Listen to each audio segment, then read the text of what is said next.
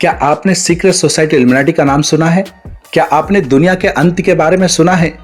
क्या आपने anti Christ के बारे में सुना है? क्या कहा? हाँ सुना है, ओके। पर क्या आपने बेबीलोन की वेश्या के बारे में सुना है? नहीं। क्या आप इन चारों के आपस में क्या कनेक्शन है इस बारे में जानते हैं? नहीं। तो दोस्तों ये वीडियो इसी बारे में है। और अगर आपने अभी तक हमारे चैनल WTL को सब्सक्राइब नहीं किया है तो मेरी आपसे रिक्वेस्ट है, जल्दी से आप WTL को सब्सक्राइब कर लें और साथ में बेल आइकन भी प्रेस कर दीजिए ताकि हमारी आने वाली नेक्स्ट वीडियो का नोटिफिकेशन सबसे पहले आपको मिल सके।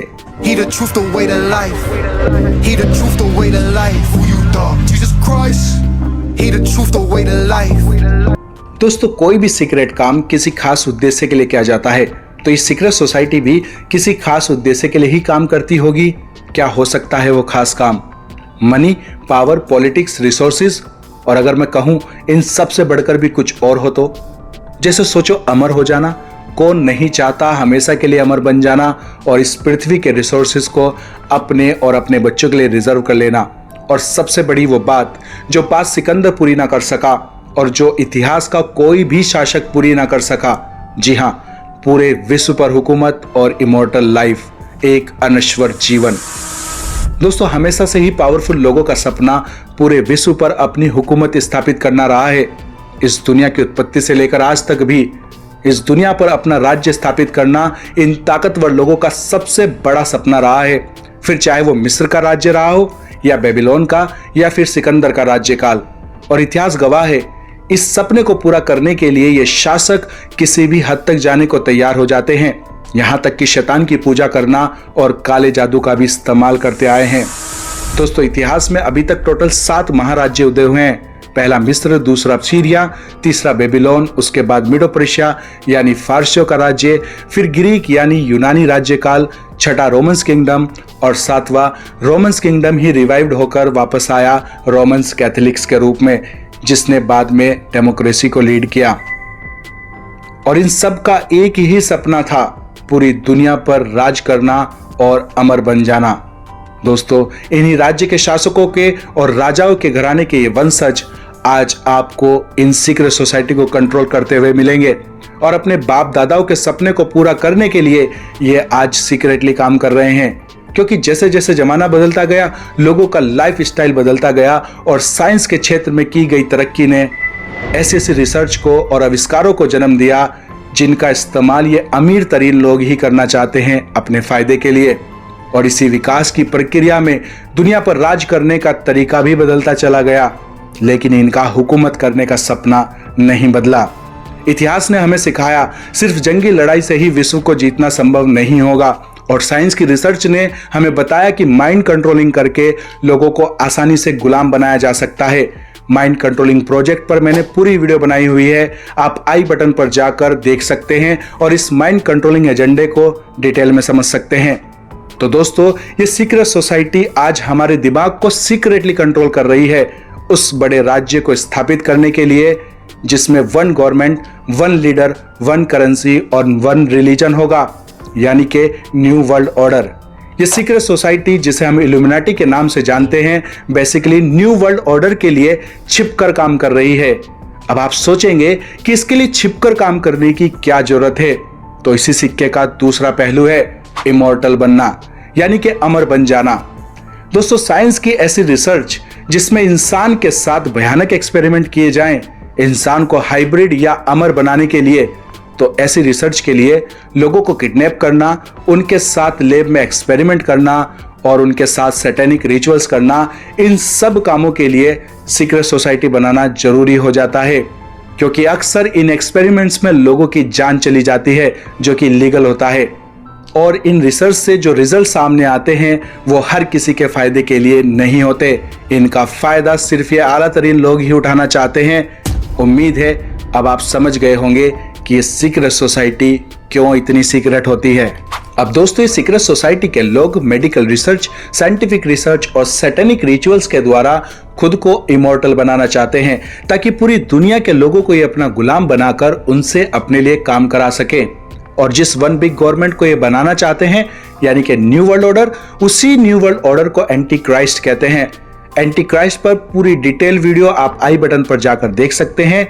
उसके बाद ये वीडियो आपको और भी अच्छे से समझ में आएगी और ये एंटी क्राइस्ट यानी कि न्यू वर्ल्ड ऑर्डर इस दुनिया के अंत का कारण होगा। अब ये बेबीलोन की वेश्या कौन है?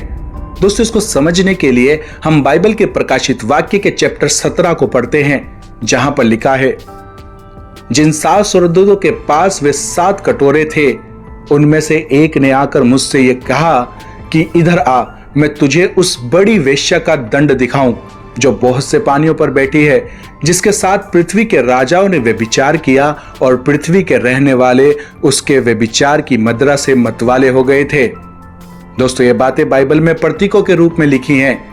ये वो दृष्टांत है जो प्रभु यीशु ने यूहन्ना को भविष्य के बारे में और अंतिम दिनों में क्या क्या होने वाला है, वो बातें आज से लगभग 2000 साल पहले ही बताया था। और अब इन चिन्हों को देखकर हम साफ साफ समझ सकते हैं कि दुनिया के अंत के समय में क्या क्या होने वाला है। तो यहाँ पर जिस वेश्या स्त्री की बात हो रही है और जो बहुत से पानियों पर बैठी है, अगर करंट में देखा जाए तो ये यूरोप यूनियन की ओर इशारा करता है। आज यूरोप यूनियन एक ऐसा सेंटर बना हुआ है जहां से लगभग पूरे विश्व के बिजनेस, इकोनॉमी और राजनीति को नियंत्रित किया जाता है। यहाँ पर बहुत से पानियों पर बैठने का अर्थ है कि अलग अलग देशों और उनके स्टेट्स का संगठन। ये यूरोप यूनियन 27 यूरोपियन स्टेट्स का एक महागठबंधन है और इनमें अलग अलग भाषा, संस्कृति और धार्मिकता फॉलो किए जाते हैं और ये सब मिलकर अपने राजनीतिक फायदों के लिए संगठन बनाते हैं। जिनके साथ पृथ्वी के राजाओं ने व्यभिचार किया, पृथ्वी के रहने वाले उसके व्यभिचार की मदिरा में मतवाले हो गए। यहाँ पर व्यभिचार का मतलब है कि इस यूरोप यूनियन के द्वारा विश्व के प्रेसिडेंट्स अपने फायदे के लिए हर सही गलत चीजों को लागू करते हैं। जैसे पहले खुद ही 2 देशों में युद्ध करवाते हैं और फिर दोनों देशों को हथियार बेचते हैं, जिसमें लाखों बेगुनाह लोग मारे जाते हैं। पहले बीमारियां फैलाते हैं और फिर उनकी दवाइयां बेचते हैं और उनके साथ छोटे बड़े सभी तरह के व्यापार से जुड़े बिजनेसमैन इस गुनाह में मतवाले हो जाते हैं। और आगे लिखा है, मैंने लाल रंग के पशु पर जो निंदा के नामों से छिपा हुआ था और जिसके 7 सर और 10 सींग थे, एक स्त्री को बैठे हुए देखा और यह स्त्री बैंजनी और लाल रंग के कपड़े पहने हुए थी और सोने और बहुमूल्य मोतियों और मणियों से सजी हुई थी और उसके हाथ में एक सोने का कटोरा था जो घृणित वस्तुओं से और व्यभिचार की अशुद्ध वस्तुओं से भरा हुआ था। उसके माथे पर लिखा हुआ था, भेद, बड़ा बेबीलोन, पृथ्वी के वेश्याओं और घृणित वस्तुओं की माता। तो दोस्तों, यहाँ पर जो ये वेश्या स्त्री है, ये कोई और नहीं बल्कि आज के समय में यूरोप यूनियन है। क्यों? यह हार्लोट स्त्री जिसके बारे में यहाँ पर बताया गया है, ये यूरोप यूनियन हो सकती है क्योंकि इस वेश्या स्त्री को यहाँ पर एक बड़ा बेबीलोन बताया गया है। अगर आप उत्पत्ति 11 को पढ़ते हैं तो यहाँ पर एक बड़े नगर बेबीलोन के बारे में बताया गया है कि उस समय के लोगों ने एक बड़े नगर का निर्माण कार्य शुरू कर दिया था ताकि ये लोग एक ही जगह रहे और परमेश्वर की इच्छा के विरुद्ध इकट्ठे होकर खुदा से बगावत कर सके। उस समय तक सारी दुनिया के लोगों की एक ही भाषा हुआ करती थी। तब परमेश्वर ने लोगों के बीच में भाषा की गड़बड़ी डाल दी थी, इसलिए आज पूरे वर्ल्ड में लोग अलग अलग भाषा बोलते हैं। इस गड़बड़ी के कारण यह बड़ा नगर बेबीलोन के निर्माण का काम अधूरा रह गया था। आज अगर आप इस यूरोप यूनियन के हेडक्वार्टर्स का आर्किटेक्चर देखेंगे तो ये इन लोगों ने सेम टू सेम उसी बड़े नगर बेबीलोन के आर्किटेक्चर पर बनाया हुआ है जिसका निर्माण कार्य अधूरा रह गया था। और ये इस हेडक्वार्टर के बाहर लगी इस स्टैचू को देखिए जिसमें प्रिंसेस यूरोपा एक बीस्ट के ऊपर बैठी है और ये गॉड ज्यूस है जो यूरोपा को देखकर उत्तेजना से भर जाता है और एक बेल का या बीस्ट का रूप धारण कर लेता है और फिर ये बीस्ट इस यूरोपा के साथ व्यभिचार करता है और इसी यूरोपा के नाम पर बाद में इस महाद्वीप यूरोप का नाम रखा गया था। क्या यह यूरोपा की स्टैचू बाइबल की वेश्या स्त्री के जैसे नहीं है जो एक पशु के ऊपर विराजमान है? इस यूरोपा जो कि बीस्ट के ऊपर बैठी है, इस सिंबल का यूज यूरोप में हर एक जगह किया जाता है, फिर चाहे वे यूरो का कॉइन हो या इलेक्शन पार्लियामेंट का टिकट। दोस्तों, बाइबल की यह वेश्या स्त्री और कोई नहीं बल्कि इस यूरोप यूनियन की ओर इशारा करती है। दोस्तों, वह स्त्री बैंजनी और लाल रंग के कपड़े पहने हुए है, उसके हाथ में सोने का कटोरा है और बेशकीमती हीरे जवाहरात है और ये सब वैभव आप यूरोप यूनियन की राजनीतिक पावर, इकोनॉमिक्स और ट्रेडिंग के मुनाफे से कंपेयर कर सकते हैं कि यूरोप यूनियन आज कितना धनी और संपन्न संगठन है। और यह स्त्री एक पशु पर बैठी है जिसके 7 सर और 7 सींग थे। ये 7 बड़े राज्य हैं जो दुनिया के शुरू से अभी तक उदय हुए हैं। इन 7 राज्यों के उदय होने की पूरी जानकारी आपको द एंटी क्राइस्ट वाली वीडियो में मिल जाएगी। ये बड़ा पशु दोस्तों और कोई नहीं बल्कि यूरोप यूनियन से ही निकल कर आएगा। ये यूरोप यूनियन अभी सिर्फ यूरोपियन देशों तक सीमित है, लेकिन न्यू वर्ल्ड ऑर्डर लागू करने के लिए ये विश्व के सभी देशों के साथ मिलकर उस एंटी क्राइस्ट को लाने का माध्यम बनेगा। एक बात जो आप जानकर हैरान हो सकते हैं कि इस यूरोप यूनियन की पार्लियामेंट में एक सीट अभी खाली रखी गई है और उस सीट का नंबर है 666। ये जो मार्क ऑफ द बीस्ट वाली जो सीट है, इस पर वो प्रेसिडेंट आकर बैठेगा जो इस न्यू वर्ल्ड ऑर्डर को संचालित करेगा, कंट्रोल करेगा।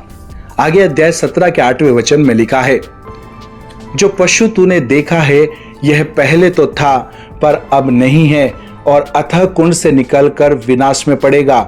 और पृथ्वी पर रहने वाले जिनके नाम जगत की उत्पत्ति के समय से जीवन की पुस्तक में लिखे नहीं गए, इस पशु की यह दशा देखकर कि पहले था और अब नहीं और फिर आ जाएगा, अचंबा करेंगे। वे 7 सर 7 पहाड़ हैं जिन पर वे स्त्री बैठी है और वे 7 राजा भी हैं। 5 तो हो चुके और एक अभी है और एक अब तक आया नहीं है, और जब आएगा तो कुछ समय तक उसका रहना भी अवश्य है। और जो पशु पहले था और अब नहीं है वह आप 8वां है और उन 7 में से उत्पन्न होगा और विनाश में पड़ेगा। दोस्तों, ये न्यू वर्ल्ड ऑर्डर उन पुराने 7 राज्यों में से निकलकर सामने आएगा। और जिस समय यूहन्ना इस भविष्यवाणी को लिख रहा था वो समय यीशु के जन्म के लगभग 60-70 साल बाद का समय था। अब यीशु के समय से पहले 5 राज्य उदय हुए थे। पहला मिस्र, दूसरा सीरिया, तीसरा बेबीलोन, चौथा मीडो पर्शिया, 5वां ग्रीक, और यीशु के समय 6ठा राज्य चल रहा था, रोमन राज्यकाल, जो कि धीरे धीरे यीशु के बाद खत्म होता गया और फिर विश्व भर में डेमोक्रेसी आती चली गई। और ये डेमोक्रेसी ही वो 7वां राज्यकाल है। और इस डेमोक्रेसी के अंदर शासक राज्यकाल खत्म हो गया था। अभी करंट में डेमोक्रेसी का राज्यकाल चल रहा है, यानी कि अभी कोई शासक राज्य नहीं है। और 8वां राज्यकाल फिर से एक बार शासक राज्यकाल आएगा जो कि न्यू वर्ल्ड ऑर्डर के रूप में आएगा, और वही तो उस एंटी क्राइस्ट का राज्यकाल होगा। अर्थात जो पहले तो था अब नहीं है और फिर से आ जाएगा और विनाश में पड़ेगा। अब यहां पर एक और बात है जो विशेष रूप से ध्यान देने वाली है कि ये न्यू वर्ल्ड ऑर्डर जब आएगा तो ये कैसे अपना वर्चस्व लेकर आएगा और कहां से उत्पन्न होगा। जब यूहन्ना को प्रकाशित वाक्य दिया गया उस समय तक अमेरिका नाम का कोई भी महाद्वीप दुनिया के नक्शे पर मौजूद नहीं था। अमेरिका की खोज की गई 1492 में। यूहन्ना के समय तक दुनिया के नक्शे पर 6 महाद्वीप मौजूद थे और 1492 में इस नक्शे पर 7वां महाद्वीप अमेरिका शामिल किया गया था। अमेरिका महाद्वीप नूह की बाढ़ के समय समुद्र में डूब गया था, लेकिन धीरे धीरे समुद्र का पानी सूखता चला गया और फिर इस महाद्वीप पर जीवन बसता चला गया और 1492 में इसको दुनिया के नक्शे पर शामिल कर लिया गया था। और अमेरिका को बसाने और डेवलप करने में यूरोप का सबसे बड़ा सहयोग रहा है। अमेरिका यूरोप के द्वारा ही बसाया गया है। और जैसा कि वचन में लिखा है कि जब ये 7वां राज्यकाल आएगा तो इसका कुछ समय तक रहना भी आवश्यक है। तो हम देख सकते हैं कि कैसे पिछले हजारों सालों से अमेरिका सुपर पावर बनकर उभरा है, और यह अमेरिका ही बाद में 7वां राज्यकाल डेमोक्रेसी को विश्व भर में स्थापित करने में अहम भूमिका भी निभाता है। और 8वां राज्यकाल इन्हीं 7 राज्यों में से निकल कर आएगा और 8वां राज्यकाल उस new world order anti Christ का राज्यकाल होगा जो कि इस 7वें राज्य यानी कि अमेरिका में से निकल कर आएगा। आगे लिखा है, और जो 10 सींग तूने देखे वे 10 राजा हैं जिन्होंने अब तक राज्य नहीं पाया है, पर उस पशु के साथ घड़ी भर के लिए राजाओं का सा अधिकार पाएंगे। ये सब एक मन होंगे और वे सब अपनी सामर्थ और अधिकार उस पशु को दे देंगे। दोस्तों, ये 10 राजा और कोई नहीं बल्कि उन 10 देशों के प्रेसिडेंट होंगे जिन्होंने पहले कभी भी पूरे विश्व पर राज्य स्थापित नहीं किया है, जैसे इजराइल, चीन, भारत इत्यादि विकासशील देश। इन देशों को सीक्रेट सोसाइटी इल्यूमिनाटी ये लालच देकर अपने साथ मिला लेगी कि इस न्यू वर्ल्ड ऑर्डर में ये लोग भी दुनिया पर हुकूमत कर सकेंगे और ये सारी कंट्री के प्रेसिडेंट्स अपनी पावर को यूज करके न्यू वर्ल्ड ऑर्डर लागू करने में अमेरिका की मदद करेंगे और कुछ समय के लिए राजा बन बैठेंगे। आगे 16वें वचन में लिखा है, और जो 10 सींग तूने देखे वे और पशु उस वेश्या से बैर रखेंगे और उसे लाचार और नंगी कर देंगे और उसका मांस खा जाएंगे और उसे आग में जला देंगे, क्योंकि परमेश्वर उनके मन में ऐसा डालेगा कि वे उसकी मनसा पूरी करे। और दोस्तों, अंत के दिनों में ऐसा होगा कि ये सब देशों के प्रेसिडेंट्स और सीक्रेट सोसाइटी के लीडर्स और अमेरिका, जो कि पहले तो इस यूरोप यूनियन का ही हिस्सा थे और बाद में अलग होकर एक नया संगठन बना लेंगे, यानी कि न्यू वर्ल्ड ऑर्डर या न्यू बिग गवर्नमेंट बना लेंगे। ये लोग इस वेश्या स्त्री यानी कि यूरोप यूनियन के साथ धोखा करेंगे और उसको नष्ट कर देंगे अपना एजेंडा पूरा करने के लिए।